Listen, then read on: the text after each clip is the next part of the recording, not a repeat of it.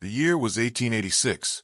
In a dusty Arizona town, whispers spread like wildfire through the general store, the saloon, and every corner where gossip could take root.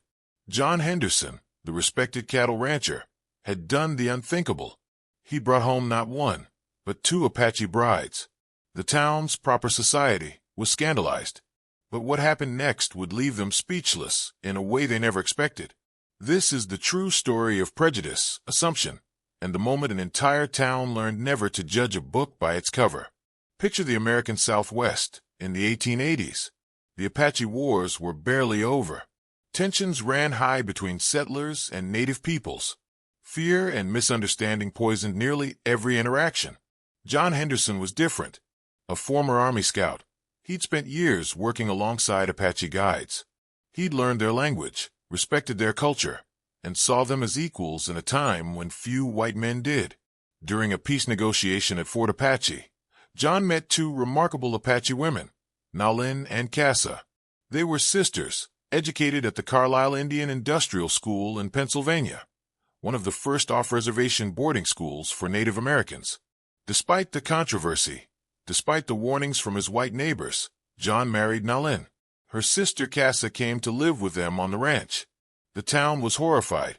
The Henderson Ranch was isolated, 10 miles from town. But isolation didn't stop the judgment. When John brought his new family to town for supplies that first time, you could hear a pin drop in the general store. Mrs. Abigail Crawford, the banker's wife and self-appointed guardian of civilized society, looked down her nose at Nalin and Casa.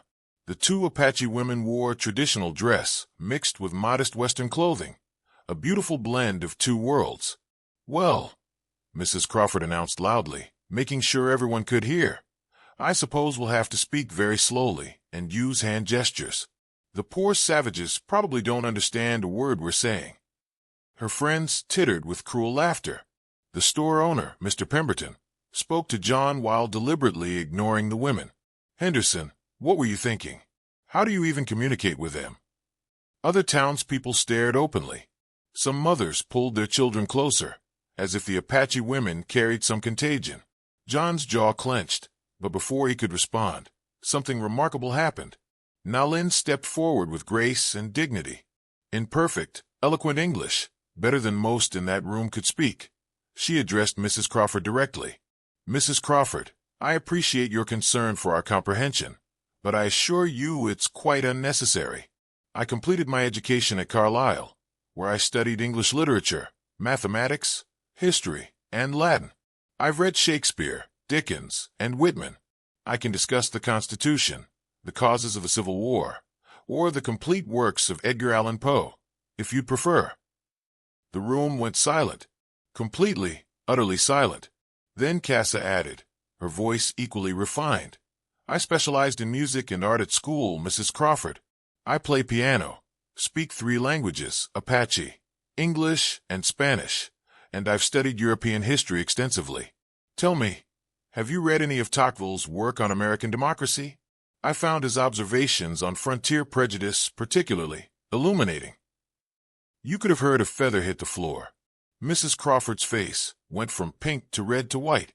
Her mouth opened and closed like a fish gasping for air. But Nalin wasn't finished.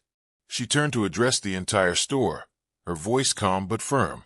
"We understand that you fear us because we're different, because of stories you've heard, because of wars you've witnessed. But we are not your enemies. We are women who've lost family in those same wars.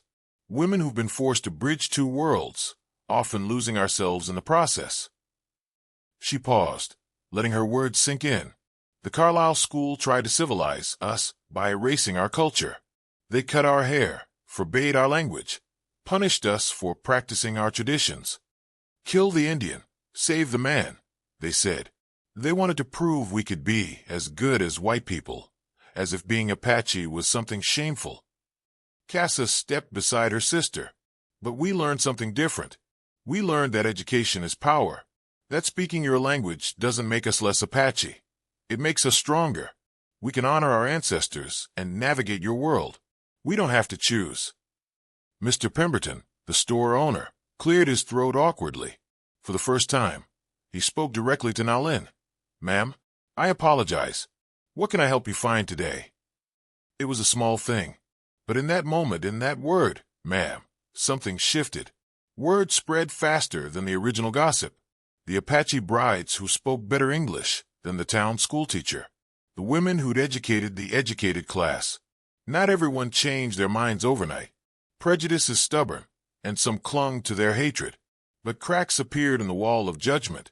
A week later, the town's teacher, Miss Emma Wilson, visited the Henderson ranch. She was young, newly arrived from Boston, and struggling with her rowdy students. I heard about what happened in town, she said to Nalin and Casa. I was wondering, would you be willing to visit my classroom? To share your experiences? I think my students could learn something important. Nalin smiled. We'd be honored. Over the following months, Nalin and Casa became unexpected bridges between two communities. They taught Apache children to read and write. They helped translate during disputes. They showed both native and white communities that understanding was possible. Mrs. Crawford never apologized directly, but she did stop spreading gossip. Sometimes silence is its own admission. But here's the complicated truth that makes this story more than just a feel-good tale. Nalin and Casa shouldn't have had to prove themselves. They shouldn't have needed perfect English and education in Western subjects to be treated with basic human dignity. The Carlisle School and institutions like it caused tremendous trauma. They separated children from families, stripped away cultural identity, and created generations of indigenous people caught between worlds, not fully accepted by white society, sometimes alienated from their own communities. Nalin and Casa were survivors. They took the tools forced upon them and used them for their own purposes. But thousands of other native children weren't so fortunate. So yes, many suffered abuse, learned a lesson that day, and cultural death. Let's be clear about what the real lesson should have been. These women deserved respect whether they spoke English or not, whether they'd attended school or not, whether they wore Western clothes or traditional dress. Their humanity wasn't contingent on conforming to white expectations.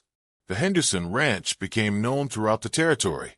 John and Nalin raised 4 children who grew up fluent in Apache and English, comfortable in both worlds. Casa eventually married a Chiricahua Apache man who worked as a translator at Fort Apache. Together, they advocated for native rights and better conditions on reservations.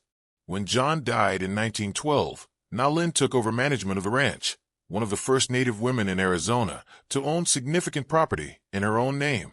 She ran it successfully for another 20 years. The general store incident became legendary in that small Arizona town. Parents told their children about it. Then those children told their children. But the story changed in the telling. Some versions made it a comedy. Remember when Mrs. Crawford got put in her place? Others turned it into a lesson about education. The real lesson, though, is simpler and more profound. Never assume. Never judge. And never underestimate someone because they don't look like you or come from where you come from. In 1886, 2 Apache women walked into a general store expecting hostility. They met it with dignity, intelligence, and grace. They didn't just speak perfect English. They spoke truth to power. They didn't just surprise a room full of prejudiced townspeople. They challenged an entire system that said they were less than human. And in that moment, they changed not just minds, but hearts. The question we should ask ourselves today is, how often do we make the same assumptions? How often do we judge before we listen?